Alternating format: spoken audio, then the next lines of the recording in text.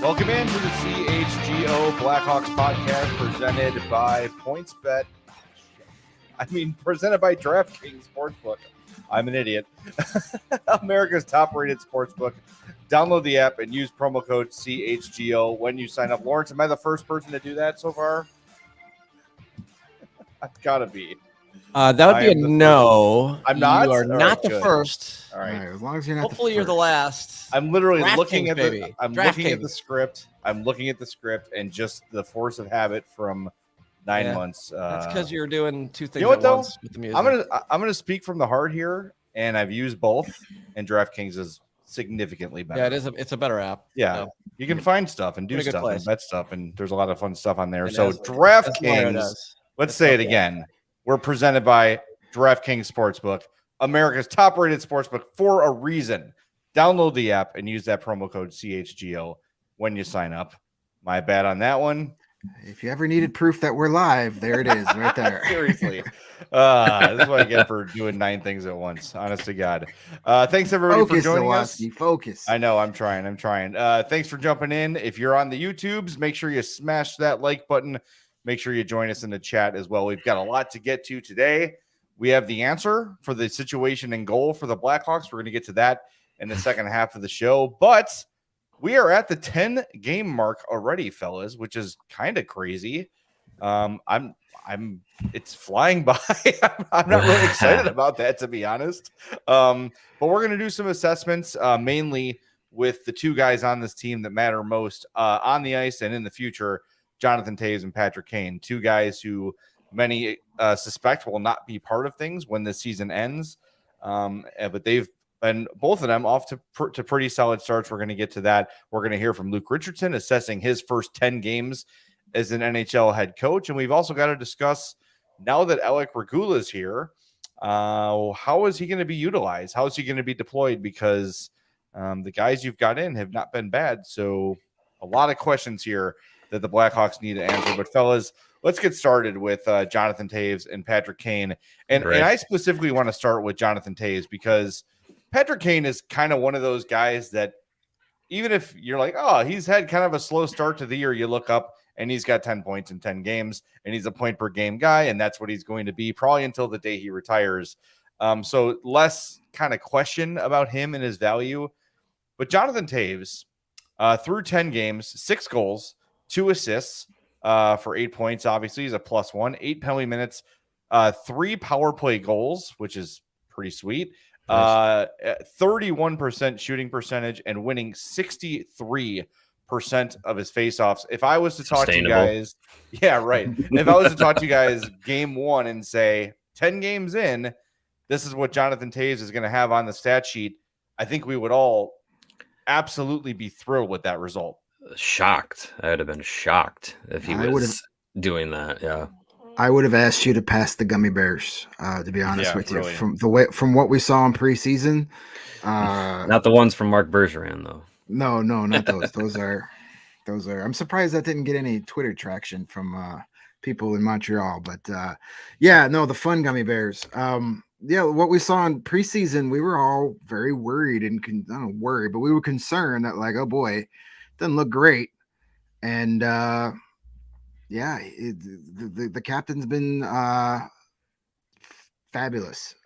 Just much better than I think anybody could have expected.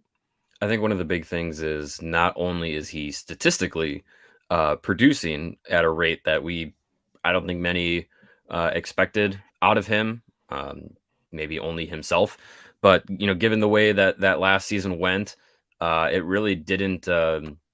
I didn't expect this from Jonathan Toews at all. And that's fantastic. That's great because that's helping him, if he's producing and active and being, a version of his old self, that's great for this team. That's great for him. That's great for his confidence. It's great for his trade value. The other thing that I think I've been impressed with Toews has been the way he's kind of handled himself. He's not, the most expressive guy.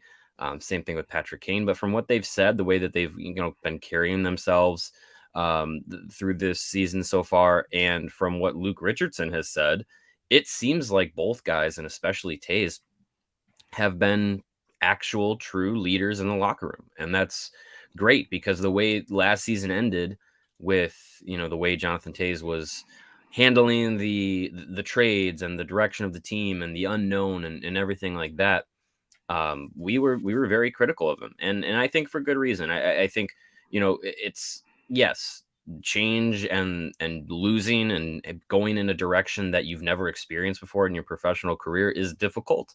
But there's some responsibility that comes with being the captain and the leader, and obviously Toews knows that. But it just seemed like what he was saying was just like, man, this guy is not in a good mood. This guy does not seem like he's going to be, a positive influence on the locker room going forward. And so far, 10 games into the season, it really seems like he's having that effect. And I think Luke Richardson makes a big impact on that and allows the leaders and veterans of the locker room to be just those kinds of guys, and allows the Blackhawks to have the locker room be that kind of team and player space, rather than it being like, oh, coach is here, everyone, tighten up or whatever. Like it seems like he's giving them that space to kind of control that locker room environment. And I think that's probably something that Toews likes to have. So yeah, it seems like it's on the ice, off the ice, it's going in the right direction for a guy like him. I also think with Richardson and the way he handles the dynamics of the locker room, even if he does come around, I think in short order, he's done a lot to earn the trust of the team and to earn the trust of the players. It's different. Jeremy Colliton saw himself as up here and the players down here. Or if you want to go left and right, however you want to do it, they were separate entities. From day one of training camp, and maybe I've made too much of this, maybe not, when your head coach is putting himself through the skating drills, the conditioning drills with you, right? And he's played a million NHL games and hard playoff games and yada, yada, yada. He has earned the respect of the team, where I'm not saying he feels like another teammate. It should not be that way, for the record.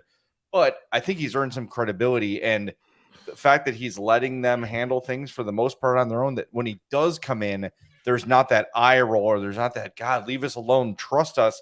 It's, oh, there must be something important to be said right now. Let's give him our attention. And, I've been really impressed with how he's handled things.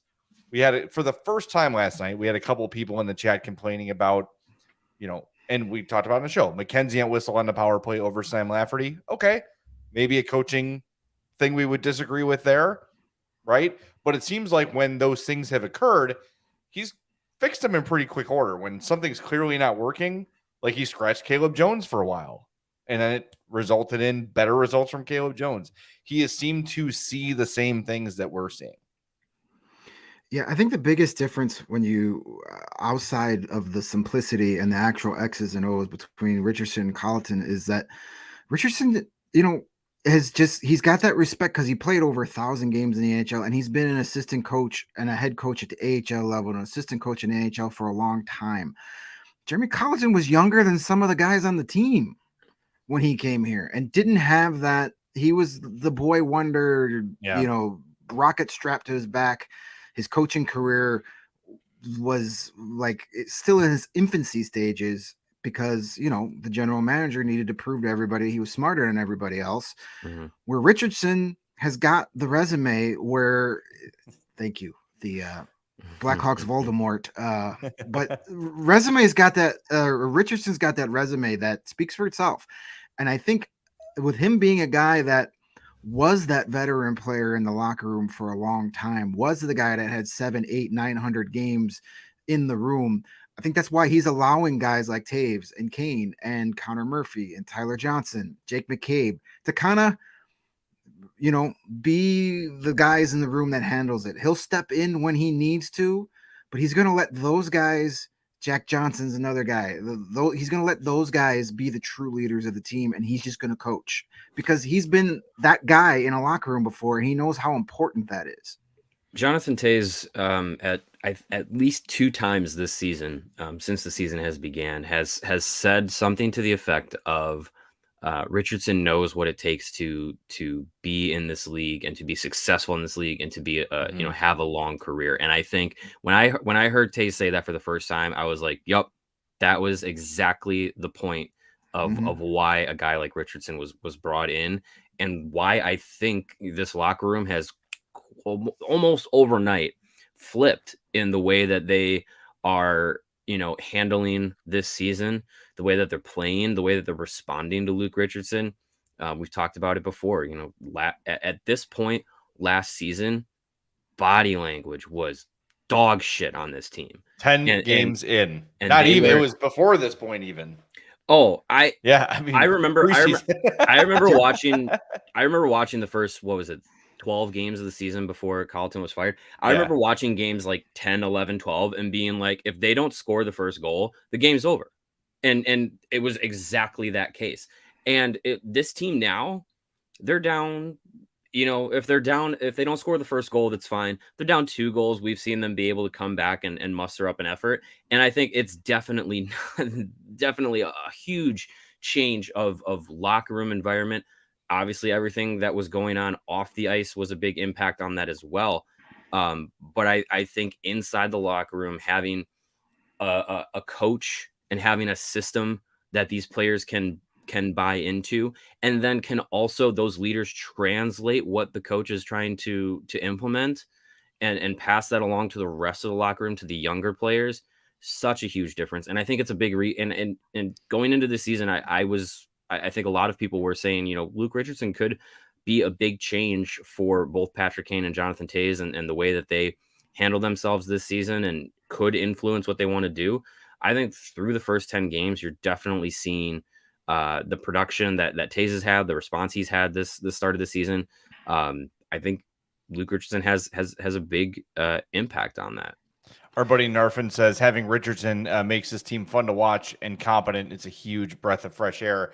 And this conversation has kind of quickly shifted from Toews to Richardson, but I think rightfully so. And remember, we had Derek King in with us towards the end of last season, and King acknowledged that he does not have a presence that demands respect. I was randomly shipped Matthew Barnaby's book.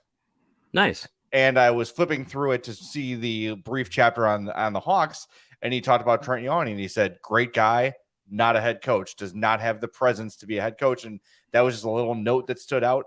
That stuff matters to guys, and you've got to get the respect of the players.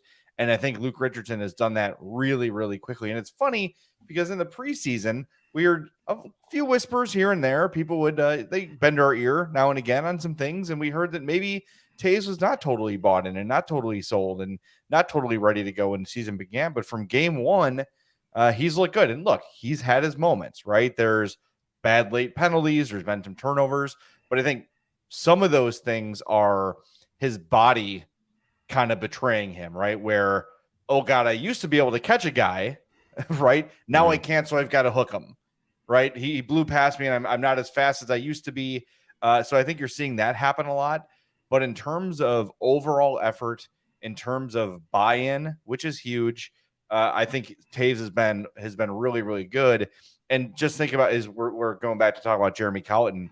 Like, the buy-in is a huge factor. And we talked about this summer where, when Colliton was in the room and he would speak, guys like Duncan Keith would literally completely tune him out or roll their eyes or talk shit about them indirectly on a podcast. And young players saw that and they're like, well, if Duncan Keith thinks this guy sucks, then he must suck. That matters. It makes a big difference. So when these young guys from Rockford start arriving, and you've already got, Ent Whistle and Caleb Jones is a younger guy. When they see Toews and Kane and Johnson and Seth Jones and these guys bought in with Luke, then for them, it's not even a question, right? They don't even worry about the coach because they're like, well, if these champions think he's great, then he must be great. And I'm in. So let's go. Eliminate that whole front part. I got to imagine it's having a bit of a rub off on a guy like Philip Kurashev, Yes, absolutely. Just to see the way that he's playing this season compared to last season at the NHL level. I really think it's got to be part of that reason is not only getting experience, but also being in a locker room and being in a veteran, led locker room that is rubbing off on like, hey, I can actually believe what this coach is saying. Yeah. Yeah. And Narfin in his comment, said that makes this team fun. Fun has been a buzzword in the Blackhawks locker room since the day one of training camp.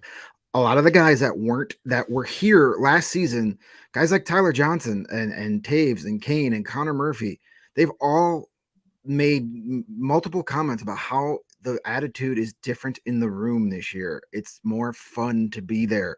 And Richardson has a part of that, a major part of that. And I think a lot of that has to do with, like, just think about how Luke Richardson talks to us, the media, after practice, after a game. He doesn't talk down to anybody. He has you on an equal. Like, there are a lot of coaches in every sport that kind of, you could tell they don't want to be there. Nobody wants to talk to the media when you're at that level. It's a pain in the butt. You've got 100 other things you'd rather be doing.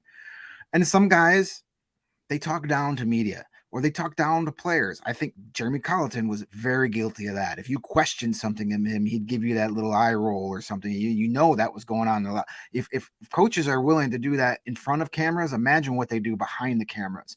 But Richardson talks to everybody like as an equal and explains things, as if you're in the room. So if he's doing that in front of the microphones, imagine what the communication level is in that locker room. And that is a huge difference, and it's showing up on a nightly basis. Yes, I think these last 4 games are probably the team that we're going to see more of than the team from the previous 4 games, but you cannot necessarily question the effort on a nightly basis. Last night was a little but a lot of that had to do with just the way the Islanders bore you to death when you're on the ice. Like, they bore you to death. And they make you play their style of hockey. And I heard Jake McCabe after practice today talking to Sam Lafferty, and he said they've been the same damn team for 6 seasons now, and there's nothing you can do about it. Like, that's what they do. Yeah. And so I don't think last night was necessarily a bad effort. It was just, suffocating. They were suckered into playing the Islanders game, and that's exactly what they wanted to do. And, it was just a hard hockey game to watch. Thank God the Islanders are only on the schedule twice this year. I came home and my wife said, "How was the game?" I'm like, "Oh, it's the Islanders." And she's like, "Oh, I didn't watch." I go, "Remember when we used to go see the Hawks and Wild play?" And she went, "Oh God," just remembering how boring those games used to be. Like, it's what the Predators were. It's Barry Trotz, it's Barry Trotz and his effect, and then Lou Lamoriello, who was notorious for putting boring hockey on the ice. Those Devils teams were boring as hell, except for when Scott Stevens would decapitate guys on the ice. But it won. It's hard to argue. It's effective. Yeah. You don't need to be exciting when you got championship banners in your arena, and Lou Lamoriello has a few. They're a little dusty, though. Let's be honest. They are pretty dusty. Yeah, pretty dusty. Not as dusty as the ones in Toronto. That's true. Brandon has a comment. Johnny's been playing a lot better this year. Actually, Kaner seems like he don't care at certain points in games. We're going to get to Patrick Kane next. That's for damn sure. Don't worry. We're going to spend some time on Patrick Kane. And there's a comment from Kayla I want to address too. But first, we want to tell you about our friends at Green Ridge Farms. Fellas, today I was at the Pete's in Matson and just stocking up on the Green Ridge Farm. We got that oven roasted chicken breast, which is absolutely fantastic lunch meat. I got the spicy chili meat sticks. God bless, they're so good. They're a Chicago local meat and cheese company offering you a better all-natural option. They're the makers of all-natural deli meats, sausages, and the aforementioned meat sticks, which are perfect for tailgating, happy hour, and school lunches. They've got 16 grams of protein per stick, and they are hardwood smoked for 8 hours. I mentioned the spicy chili. They've also got the chicken, the Black Forest beef, jalapeno cheddar. It's all just absolutely outstanding. If you've not tried them yet, you owe it to yourself to go get some. You can find them at Costco, Sam's Club, or in your local Chicagoland grocery store. Like I said, I just found them at the Pete's. They are all natural from recipes generations in the making. They're fresh and flavorful alternatives at snack time. And right now, when you order any 3 meat products at greenridgefarm.com and include a pack of meat sticks in your cart, those meat sticks will be free simply by using code CHGO at checkout. Be like our buddy Matt Peck. Throw some of those meat sticks in your mac and cheese. Top your nachos, whatever you want to do. Green Ridge Farm is awesome, and it is simply natural meat. Perfect for tailgates, you said. Yes. Speaking of tailgates, coming up this Sunday, the Chicago Bears are playing a football game Yes, they are. And It's fine. I don't think that's really. It's fine. and we will be there. We will be there. Breaking The all the official. rules today. We're sponsored by DraftKings. That's the one that we care about. Thank you. The official CHGO tailgate will be out there at the corner of Roosevelt and Michigan, the same place we were for the first official CHGO Bears tailgate, as Chicago takes on Miami. Starts at 8 a.m. as you see there on your screen. Come on out. It's going to be a lot of fun. You don't need a ticket to the game to go to the tailgate, but you do need a ticket to the tailgate to go to the tailgate. Makes sense, right? Yes. Go to allchgo.com. Plenty of ticketing options available. All your tickets to the tailgate include all the food and drinks that you want. The first tailgate we had a taco truck. We had coffee and donuts. We had pizza. We had plenty of booze and water. It's a good combination to have for a football tailgate. And speaking of Green Ridge, they are going to be hooking us up with some food for the CHGO tailgate. It's going to be a lot of fun. Again, this Sunday starts at 8 a.m., corner of Roosevelt and Michigan. Go get your tickets to the tailgate. It's going to be a good time. I'm going to be there. You guys going to be there? Yep, we'll be Jay there. will be there. Greg will be there. It's going to be a There's good time. free meat. Yeah. Where the hell else would I be? Prizes, games, music. It's going to be a great time. You'll hear more about the games that will be at the tailgate later in the show. Like I said, you don't need a ticket to the game to go to the tailgate, but you do need a ticket to the tailgate if you are interested in getting a ticket to the game after you enjoy the fun tailgate. You can go open up the Game Time app and check out the prices for Bears and Dolphins tickets on that Sunday. I'm sure that there will be great deals to be had on the Game Time app. It is the best app to use to get the best prices on games and concerts, shows, whatever you want to see. It's the hottest ticketing site that makes it easier than ever to score the best deals on tickets to all those kinds of events.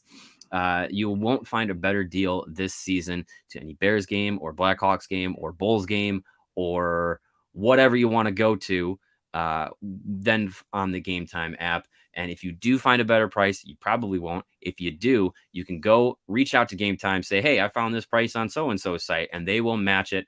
That's how much that they want to make sure that you are getting the best deal through them.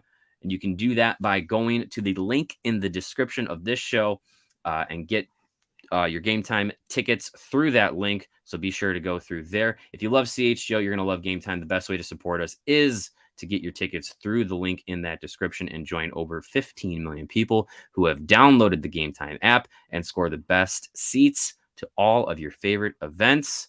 It's going to be a good time on Sunday. Looking forward to it. If you want to go to the tailgate, allchgo.com. If you want to go to the game after, Game Time. Got a comment from Kayla saying, what's the point of me going to the tailgate if I'm only 19 and I can't drink? You can eat food.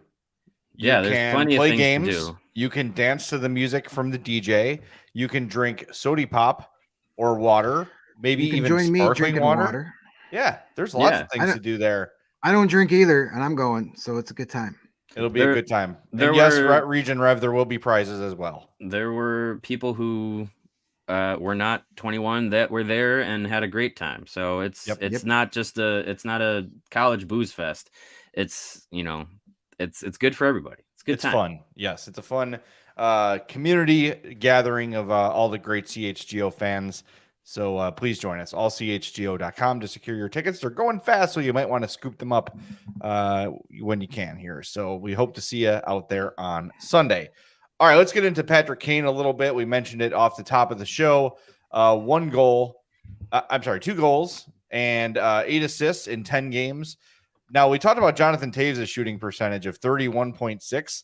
Patrick Kane's is 7.4. Neither of those is sustainable.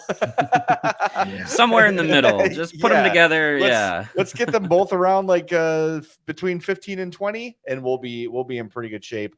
And there's a comment from, I'm sorry, I missed it. Oh, yeah, from Brandon. He says, Kaner seems like you don't care at certain points in games. Guess what? That's nothing new. That's got nothing to do with this year. When the Blackhawks first time watching Patrick Kane. Yeah, when the Blackhawks don't have the puck, he is very not interested. Yeah. The piano on his back arrives in short order when the other team has the puck. But once they get the puck, boom, all-star. People have questioned Patrick Kane's GAF meter since the day he entered in the league. It's just his personality. Before that, honestly.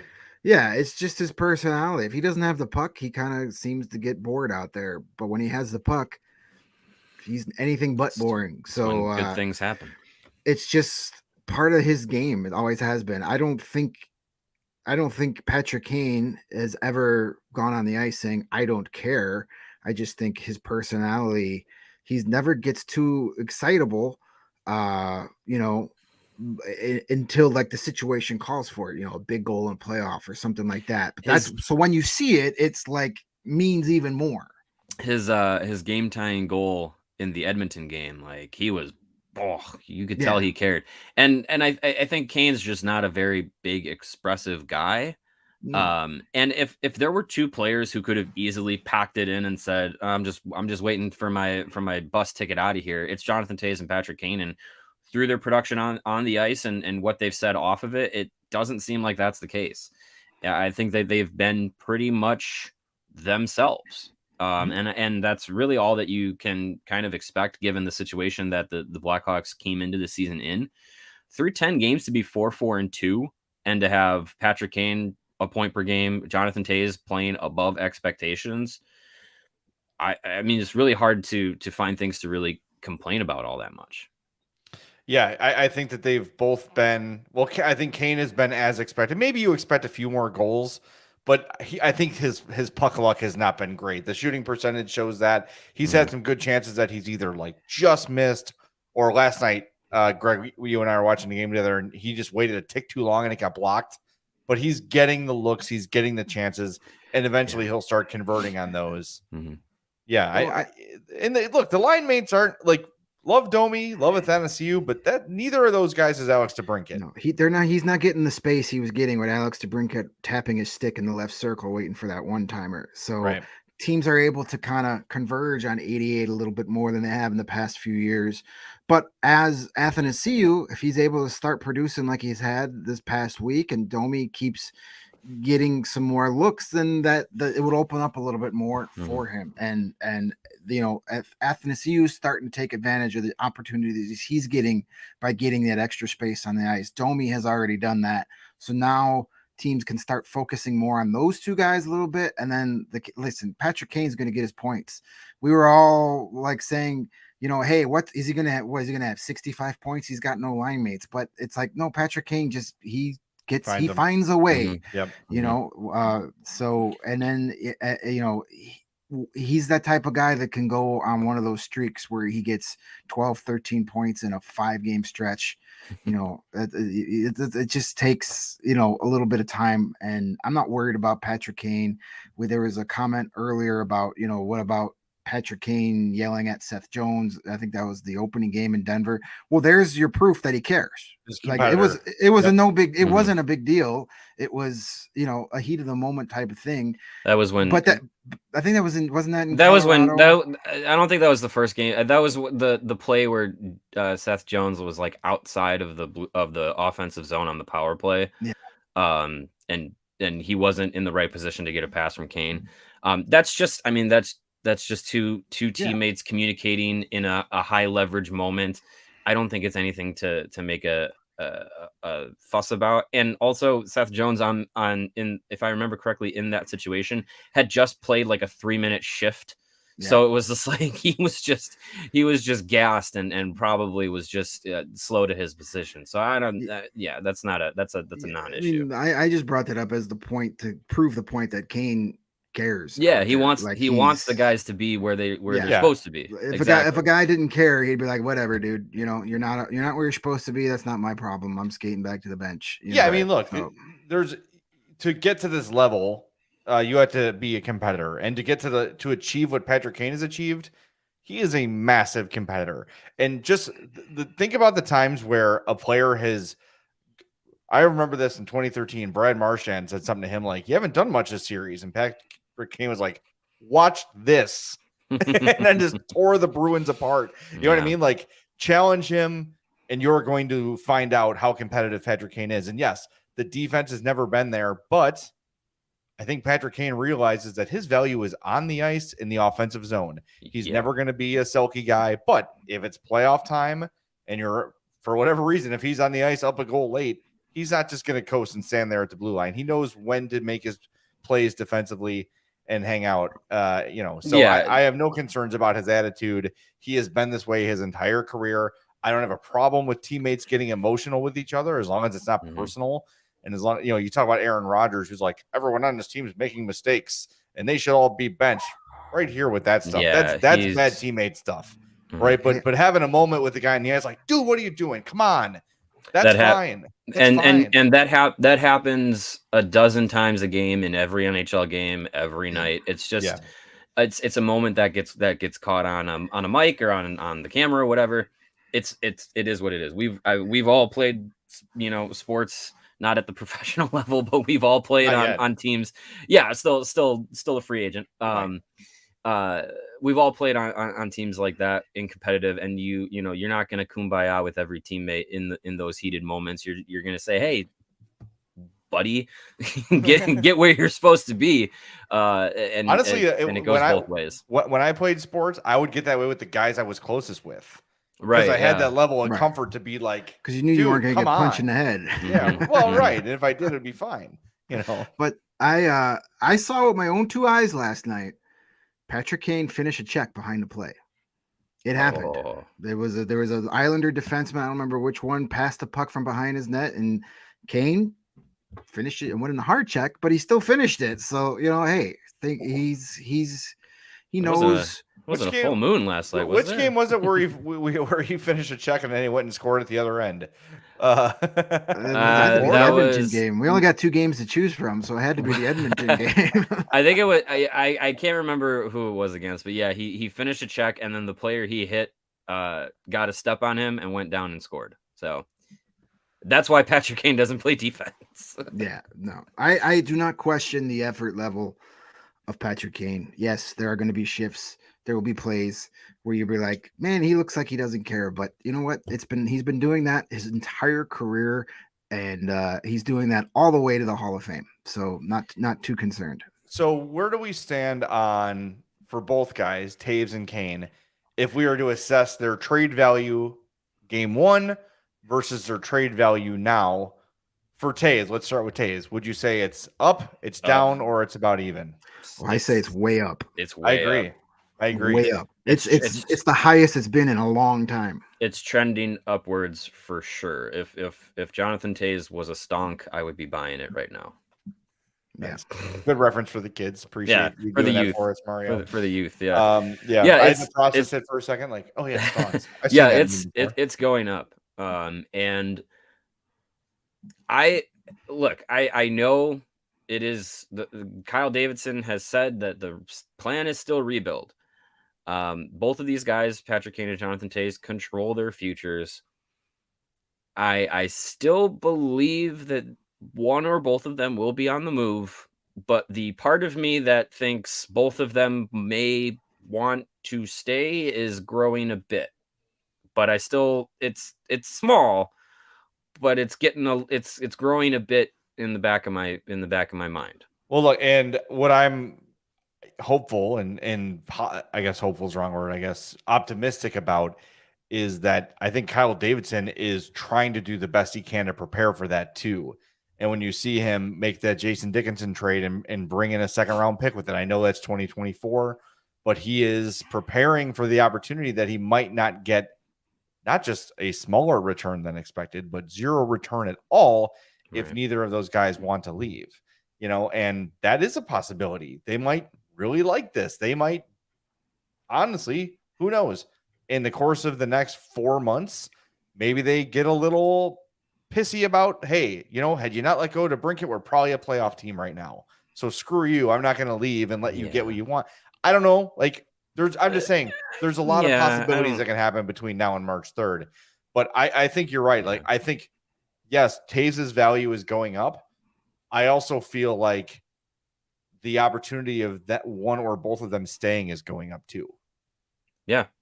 Or the odds of, not opportunity of, the odds of them, of at least one of them staying, I think is going up. Yeah. I've always been a little wondered if Kane will actually want to be traded. He's the guy that I'm leaning on staying more, which, hurts more because he's the guy you would definitely get the bigger return for. Higher value. Yeah. So, I mean, there's always that dream scenario that, hey, you have an agreement, you trade him, and then he signs back in the offseason to come back and get those records. Those rarely ever happen. Yeah, But, rare. if it is going to happen, maybe Patrick Kane is the guy it happens for. He's such a believer in this organization that he'll help him out by getting some draft capital for him and then come back to break the records. That's unlikely scenario, but that could happen. I don't know. With Toews, it's such a hard read because you just mentioned that maybe he's starting to realize that his body is betraying him a bit and he can't do the things he's doing. We've seen that today was his second maintenance day already on the season. Starting to slow down. So maybe he says, maybe he's the type of guy that says, like, this is probably my last year. Like, I don't think I'm going to sign another contract anywhere. So maybe I want to go out and try and win one more time. Where Patrick Kane still has at least 3 more high quality years ahead of him. Yeah, it doesn't look like he's slowing down. Right. So I could see the Toews maybe as the season goes on, and maybe if he comes to a realization that, like, hey, this might be my last hurrah and I want to go out as a winner, him waiving that no trade clause first. And then maybe it just takes one of those guys to do it, and the other one says, well, you know what? Johnny did it. I'm going to do it too. I don't want to be here without him, or vice versa. Well, I think that could happen. Conversely, though, you could look at it and say Jonathan Toews is looking at this as the last year of his career, and he wants to finish it where he started it, go out as a captain. March 3rd passes, he's still a Hawk, and the rest of this season becomes a Jonathan Toews farewell tour, because I wasn't sure what to expect when the season started, when he would get announced in the starting lineup. Him and Kane, obviously, get huge pops still to this day when they're announced. For sure. And people still love Jonathan Toews. And I think if we can kind of go back to that day of the 1000th game last year, where everyone kind of put the lack of performance behind him for a day, we forgot about the times he put his foot in his mouth at the podium a couple times last year, and just remembered the great days of Jonathan Toews. If that's how this year ends and he hangs him up and calls it a career, I can't be mad at him for that either. Mm-hmm. I think there's something poetic. Ryan Getzlaf did it last year. I know he was older, but he did duck his entire career, and that was meaningful for him. Yeah. Yeah. I had a conversation with someone who knows, is close to Toews, closer than we are. Jonathan Toews. The sense of playing his entire career for one team, something that is not as common as it used to be, is something that is important. And you look at some of the greats, Hall of Fame, all-time greats. Wayne Gretzky played on multiple teams. Mark Messier played on multiple teams. Yep. So it does matter to some of these guys, and it seems like part of something that matters to Toews is playing for one team. And if that is retiring at the end of the year because his body's starting to break down, that could be one thing. If it's like, hey, I see something here, I think I got another, season or two in me. Things might be gelling with Richardson. Things might be gelling with some of the up and coming players. Maybe he sticks around. Maybe he signs a 1 or 2 year deal or something like that. I'm not certain, but I do get the sense that part of what matters to Toews is being a one team kind of player. So we'll see how that plays out. But I do think honestly, I think there is something to that for him, but we'll see, where he actually values it as the season goes on. Maybe this start to the year is just smoke and mirrors. and things start to break down as we get to December, January, and attitudes change. That could also be possible. Yeah, I think it's a factor for both of those guys, because if it wasn't, they would have just waived their deals in the summer and been like, "Hey, you just traded Alex DeBrincat. Well, you see what you can get for me now. Get another pick at this draft. Like, I'm done. I'm out." But obviously, there's some loyalty there. I mean, yeah, it's easy to say, "Hey, I'm just going to play out this contract, get my $10.5 million. Don't worry about moving or anything like that." But I think it's a factor for both of those guys. This is the only organization they know. They've never played anywhere else. These guys were drafted here and never spent a day in the minor leagues. They've been Blackhawks their entire professional career. And there's a lot to go for loyalty on both sides, because it's almost non-existent in today's sports world. Absolutely. Both in the actual game and as we all know, covering the game too, there is very little loyalty left. So there's something to be said about that. What's funny too is you mentioned, Gretzky and Messier and those guys playing for other teams. When I think of the guys that Toews is compared to the most, Yzerman, Sakic, Bergeron, Kopitar, all those guys are lifers for their teams. And Messier comparisons were made a lot too. He won the Messier Award, I think, several times. So that's there too, of course. But like, those guys are all one-player teams. And I remember his rookie year, the day he faced off against Joe Sakic for the first time. And he talked about how special that was, and meeting him in the bowels of the United Center before the game, just like, oh my God, I'm talking to Joe Sakic. Like, that's why he wears number 19. Yeah, that's why he wears 19. Yeah, and it's and I don't know. I think if you're Jonathan Toews, I'm trying to put myself in his shoes, right? Nothing else really to accomplish. Does winning a cup with Boston or New York or Toronto, okay, maybe Toronto, but insert cup contender X here. Does winning that with him, does it really change his legacy? Does it put him in a different? He's already going to be a first ballot Hall of Famer, right? Like, as soon as he's eligible, he is in. There's no doubt about it. Same with Kane, right? So both those guys can look at this as, do I have anything that I need to accomplish yet? And the answer for both those guys, honestly, is no. They don't. Right. Their resumes are complete. It's just a matter of the counting stats at this point. And Patrick Kane can do that here. He can do it wherever he wants for the next 3-4 years. But Jonathan Toews, I really do think there's a chance he says, you know what? I had a great run. My body's catching up with me. I want to spend the rest of my life in hockey in another way, shape, or form. So let's move on to the next part before I get more concussions and my body starts to betray me even more. And just call it a day. And I wouldn't be mad about it. Would I like to have a 3rd round pick or a 2nd round pick? Of course, right? Yeah. But at the end of the day, to see Jonathan Toews retire as a Hawk, I think that would be really special too. And not just some ceremonial, I'm signing a 1-day contract to retire a Hawk. Right. You know what I mean? Like the actual thing. And think about too, we went through this last season with Duncan Keith playing for the Oilers. Yeah. Like, that was weird.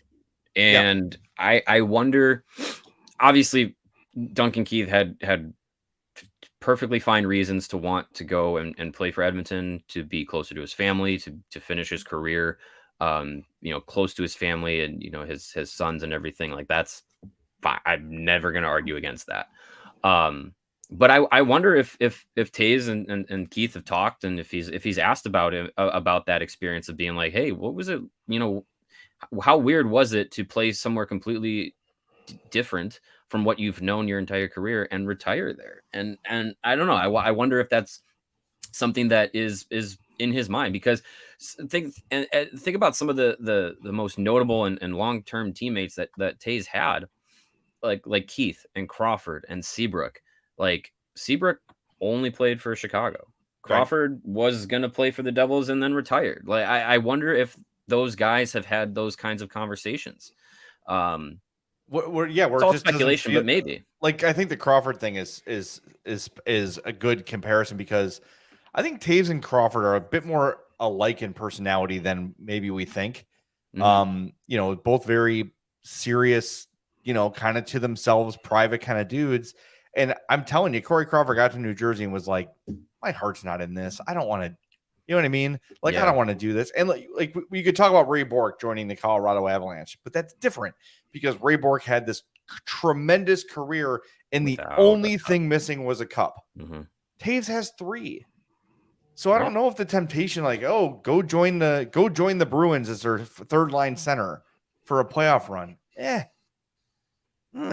don't know how much that appeals to him. And I guess to be honest with you, I don't know if he knows yet either. Oh, for sure. Go ahead, Greg.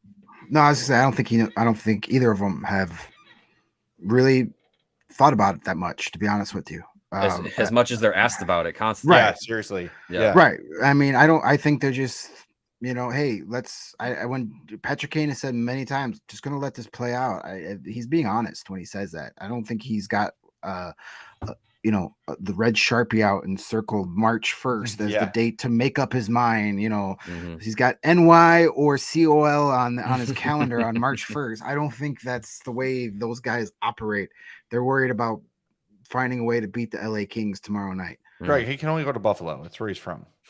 You're not allowed to play for any market aside from where you grew up. I forgot. Yeah, God, I'm so tired of that garbage. Well, all right. Go ahead. Yeah. I was just going to say one point that Greg brought up that I think also plays into a factor for both of these guys is, they've only known Chicago in their professional careers, and they grew up here. They have roots here. They live here. Yeah. Patrick Kane is raising his family in Chicago. Like, I mean, you look at guys like Dylan Strome and Alex DeBrincat, and the way that where they were in their personal lives, and then especially for DeBrincat, you read the Players Tribune article. He was just like, I got married, I had my kid, I thought I was going to live in Chicago and be in Chicago for my career. Like, I thought that's where I was going to be. And both of these guys, Toews and Kane, have that experience.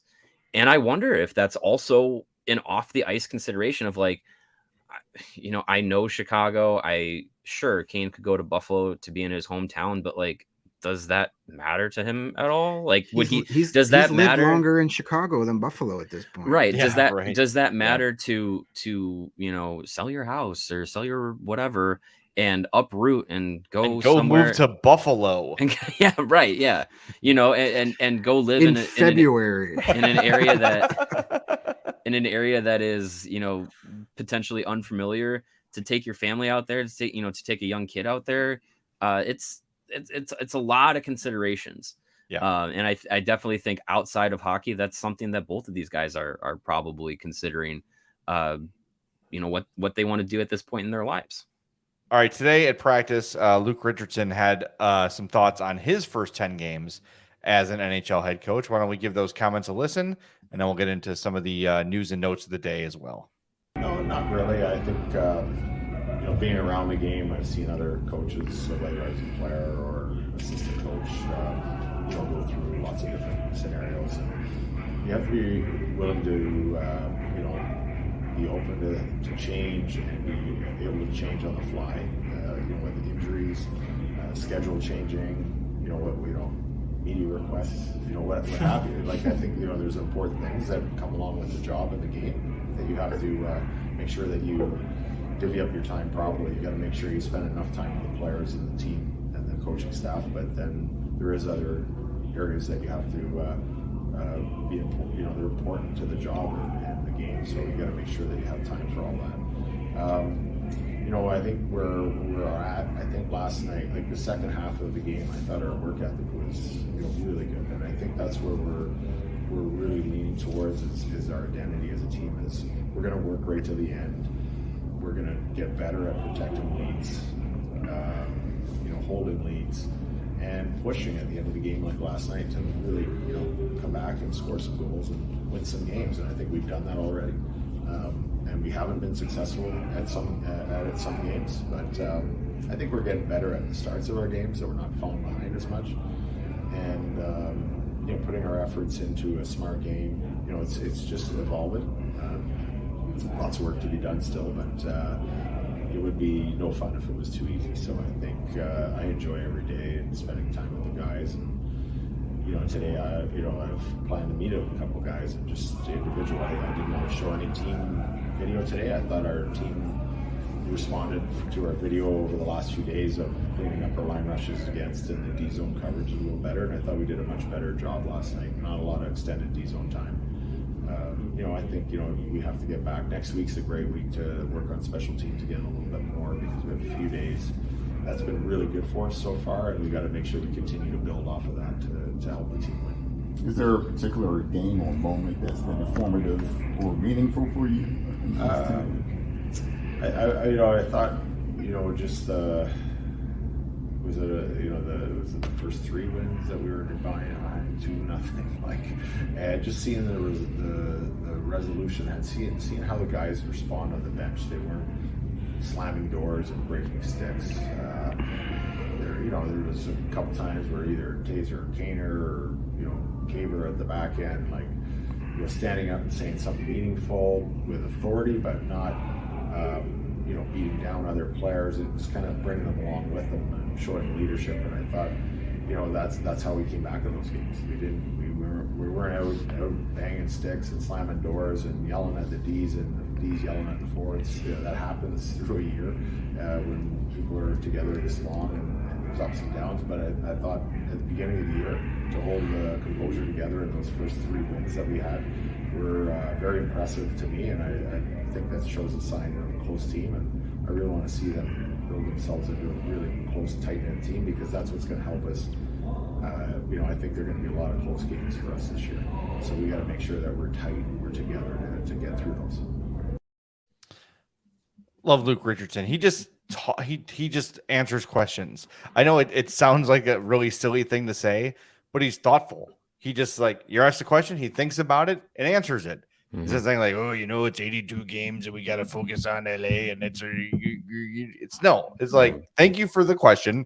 Here is my thought on your question. It's the simplest thing in the world, but it's so effing rare with coaches. Very appreciative he doesn't talk in cliches. Yes, yeah. Yes. Be interested to see how, as the years progress, how that changes. Where hey, I was the new guy, or now I've been here for a couple years. I've accomplished stuff. I don't have to answer crap from you guys anymore. Yeah. So, no, it's been really good to talk to cover him so far. A very refreshing head coach. Gives you lots of good stuff. Yes. Who else gives you good stuff, Greg? Well, those would be our friends over at Shady Rays. Have you ever wondered why sunglasses are so expensive? Well, our friends at Shady Rays did too, and they have set out to change that. You don't need to break the bank for quality sunglasses this fall, because Shady Rays has you covered, you and your eyeballs. Shady Rays are premium polarized shades featuring world-class optical clarity, substantial durability, and styles cater to everyone and every lifestyle. And the best part about Shady Rays is they have the most insane protection program in all of eyewear. If you lose or break your shades on day one, they told us they will send you a brand new pair, no questions asked. Did you lose them in a big pile of leaves while you're out ranking? Did you drop them? Forgot to pick them up before you lit the leaves on fire. Yeah, it happens. Crazy things happen this time of year. Mm-hmm. Did you accidentally give them out as Halloween candy the other night? Well, Shady Rays will replace them. Even with that strong of a protection program, they will still manage to make quality that I can tell you from being a customer for a couple of years now. They are just as good as any expensive pair that I have ever worn. Shady Rays customers will agree as well, because they have over 200,000 5-star reviews. And Shady Rays will also provide 10 meals to fight hunger in America with every single order placed, and have donated over 20 million meals to date. So you're going to look good while doing a good deed. They stand behind their product, and they told us here at CHGO that if anyone has a problem, they will throw profit right out the proverbial window and do what it takes to get it right. Free returns and exchanges. You either love the Shady Rays or they will pay to ship them back. That's it. End of story. An exclusive for our listeners, Shady Rays is running their deepest deal of the season. Use the promo code CHGO for 50% off 2 or more pairs at shadyrays.com. That's buy one, get one free, kids. You can get 2 pairs of really awesome sunglasses for as low as $54. You're not going to find that deal anywhere else in all of the interwebs. And then once again, check them out, shadyrays.com. CHGO.com, where you'll find all their newest and best looking shades. And I know we talked about the tailgate, the meats that will be at the tailgate, the ticketing options for the tailgate. Again, if you look on your screen, bottom left corner, for the information there on the CHGO tailgate. But what we didn't tell you is who will be providing some of the fun and games at the CHGO tailgate coming up on this Sunday, and that's Chi-Town Cornhole. They have provided us some amazing cornhole bags boards that are just perfect, great quality. They look great. They got the CHGO branding all over it. They're going to look nice. And if you come out to the tailgate and see the cornhole set and you're like, wow, I really like that, I want to get myself one of those, custom printed by Chi-Town Cornhole. You're going to be able to do that by going to ChitownCornhole.com, where you can check out all of their awesome products, awesome designs, all the work that they've done. Also check them out on Instagram at Chi-Town Custom Cornhole Boards. They are the #1 provider for cornhole boards in the Chicagoland and Illinois area since 2007. All of their signature box style designs can be digitally printed, covered in vinyl, and painted. Their cornhole boards come with built-in drink holders. Gotta love that. They're recessed on the back. They have the LED lights that light up around the hole there, so you can do some cornholing at night. The exterior handles for easy carrying. Love that as well, because those things can get heavy because they are good quality. They're not cheap materials. They are good quality cornhole boards, and they're handcrafted. And they have the scorekeepers on the back as well. So when you are getting good use out of that drink carrier, you can keep score nice and easy with those scorekeepers on the back. Chi-Town Cornhole is also a veteran-owned and operated business, so you love that as well. Again, check them out. Website is ChitownCornhole.com. Follow them on Instagram at Chi-Town Custom Cornhole Boards. And hockey fans, it is finally time to hit the ice again. And thanks to DraftKings Sportsbook, an official sports betting partner of the NHL, you're in for the season of a lifetime. New customers can bet $5 on any team and get $200 in free bets if they win. That is a great deal. Looking at the action tonight and trying to find like a good value bet. The Flyers have been a little better than people thought. And the Leafs have been a lot worse than people have thought. The Flyers are plus 270 on the money line. It's a good value. Do I think they're going to win? Probably not. Chase that plus money. Pretty good value. You could lay down, $5 and get a pretty nice return on a bet like that. $5 will win you $18.50 on that bet. So not a bad deal. If you want to bet against and have fun at the Leafs' expense, maybe jump on the Flyers plus 270. And of course, you want to add to that bet with some parlays, go for it. They are so much fun. You combine multiple bets like which team will win, how many goals will be scored, and more for your shot at an even bigger payout. DraftKings is safe, secure, and reliable. You can deposit and withdraw your cash whenever you want. Download the DraftKings Sportsbook app now. Use promo code CHGO. Bet $5 on any NHL team to win their game and get $200 in free bets if they do.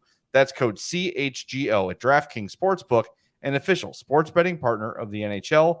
Minimum age and eligibility restrictions apply. See show notes for details. And speaking of notes, a couple things we want to get to here before we wrap up. Casey Cizikas was fined $5,000 for his goaltender interference penalty last night. That is the maximum allowable. As Greg said on Twitter, that'll teach him. Yeah. He's probably got it in his couch cushions. That'll make every player think twice about driving to the net like that. Yeah. Last night we speculated on what the Hawks will do in goal. Will they sign a free agent? Will they elevate somebody? They have signed goaltender Dylan Wells, who was in their system, of course, to a 1-year, 2-way contract, $750K in the NHL, $80K in the AHL. So not a significant difference. Not a bad gig. The smiliest guy in the locker room this morning, as you can imagine. He was very happy to be there. Probably has something to do with that pay raise, but I would imagine it's not the way Dylan envisioned signing his first NHL contract, but or at least with the Hawks. But hey, you take it any way you can get it.